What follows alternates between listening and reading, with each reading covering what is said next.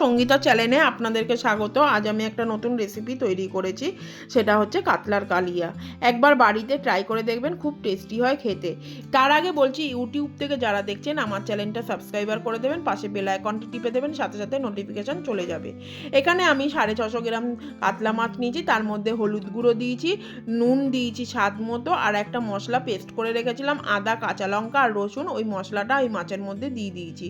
দিয়ে আমি ভালোভাবে একটুখানি আমি মেখে নেব, যাতে করে মশলাটা সবকটা মাছের মধ্যে ভালোভাবে ঢুকে যায়। তারপরে আমি একটুখানি তেল দিয়ে নেবো, সর্ষের তেল দিয়ে আবারও একটুখানি ভালোভাবে আমি মেখে নেব। নিয়ে তারপরে কড়াইতে আমি 4 পলা তেল দিয়ে মাছগুলো একে একে ভালোভাবে একটু ভেজে নেব, যাতে করে লাল লাল হয়ে যায়। আমার এক পিঠ ভাজা হয়ে গেছে, এবার আমি পরের পিঠ করে দেবো। ঠিক একইভাবে আমি ভেজে নেব। নিয়ে আমার সবকটা মাছ ভালোভাবে ভাজা হয়ে গেছে, ঠিক এইরকমই হালকা হালকা ভেজে নিতে হবে। এবার কড়াইতে আমি 1 চামচ গোটা জিরে দেবো, 1 চামচ ধনে দেব, 1 চামচ দারচিনি, লবঙ্গ আর সামরিচ দেবো, আর 2টো তেজপাতা দেবো, আর শুকনো লঙ্কা 3টে দেবো। দিয়ে আমি ভালোভাবে একটুখানি ভেজে নেব। ভেজে নিয়ে যতক্ষণ না মানে গন্ধ না ছাড়বে ততক্ষণ ভেজে নিতে হবে। তারপর একটা মশলা পেস্ট করে রেখেছিলাম, পেঁয়াজ পেস্ট, পোস্ত, সর্ষে পেস্ট, আর আদা রসুন কাঁচা লঙ্কা পেস্ট, আর একটু মশলার গুঁড়ো। এবার টক দইটা জল ঝারিয়ে নিতে হবে। তারপরে কড়াইতে 4 পলা তেল দিয়ে একটা তেজপাতা, 2টো শুকনো লঙ্কা, দারচিনি আর গোটা জিরে ফোড়ন দিয়ে যতক্ষণ না মিষ্টি গন্ধ না ছাড়বে ততক্ষণ আমাকে ভেজে নিতে হবে ভালোভাবে। ভেজে নেওয়ার পরে তারপরে যে পেঁয়াজটা আমি কুচিয়ে রেখেছিলাম, সেই পেঁয়াজটা ওই তেলটার মধ্যে দিয়ে দেবো। দিয়ে আবারও একটুখানি লাল লাল করে একটু ভেজে নেব, যতক্ষণ না পেঁয়াজটা বাদামি কালার না হবে। এবার মাঝখানে একটুখানি চিনি দিয়ে নেবো, যাতে করে চিনিটা ক্যারামেল হয়ে গেলে পুরো একটা লাল গ্রেভি টাইপের হবে। এবার যে পেঁয়াজটা আমি পেস্ট করে রেখেছিলাম, ওই পেঁয়াজটা ওর মধ্যে আমি দিয়ে দেবো। দিয়ে আদা রসুন পেস্টটাও আমি দিয়ে দেবো। দিয়ে আমি ভালোভাবে একটুখানি নাড়াচাড়া করে নেবো। না, যতক্ষণ না মশলা থেকে তেল না ছাড়বে ততক্ষণ আমাকে নাড়াচাড়া করে নিতে হবে। তারপরে নাড়াচাড়া করে নেওয়ার পরে যে আমি টমেটো কেচাপটা নিয়েছিলাম, সেই টমেটো কেচাপটা ওই মধ্যে দিয়ে দেবো।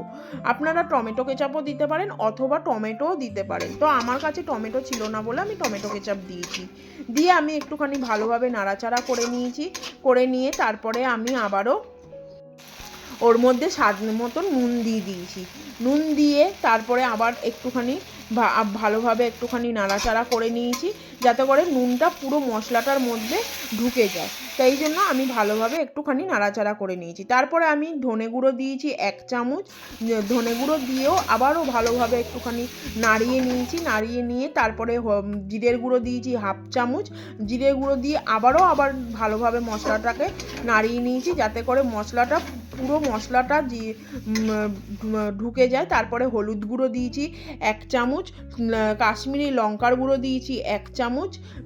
কাশ্মীরি লঙ্কার গুঁড়ো, এর মধ্যে ঝাল লঙ্কার গুঁড়ো না দিলেও আমি এখানে কাশ্মীরি লঙ্কার গুঁড়োটা দিতেই হবে। তো কাশ্মীরি লঙ্কার গুঁড়ো দিয়েছি 1 চামচ। দিয়ে আবার ভালোভাবে আমি একটু নাড়াচাড়া করে নিয়েছি। তারপরে যেই পোস্ত আর সর্ষেটা পেস্ট করে রেখেছিলাম, ওর মধ্যে একটু টক দই ফাটিয়ে দিয়েছিলাম, ওইটা আমি ওই মশলাটার মধ্যে দিয়ে দিয়েছি। দিয়ে আবারও আমি একটুখানি ভালোভাবে একদম নাড়াচাড়া করে নিয়েছি। তারপরে নাড়াচাড়া করে নেওয়ার পরে মশলা থেকে যখন তেল ছেড়ে গেছে, আমি জল ঢেলে দিয়েছি। জল দিয়ে আমার যখন ঝোলটা ফুটে এসেছে, তখন আমি একে একে মাছগুলো ওর মধ্যে দিয়ে দিয়েছি। পুরোপুরি সব আমার মাছগুলো ওর মধ্যে দিয়ে দেওয়া হয়ে গেছে।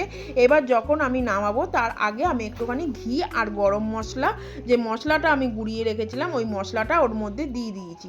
দিয়ে আবারও ভালোভাবে একটুখানি নাড়াচাড়া করে নিয়ে পুরোপুরি মশলাটা দিয়ে ওপর থেকে একটুখানি ধনেপাতা দিয়ে দিয়েছি।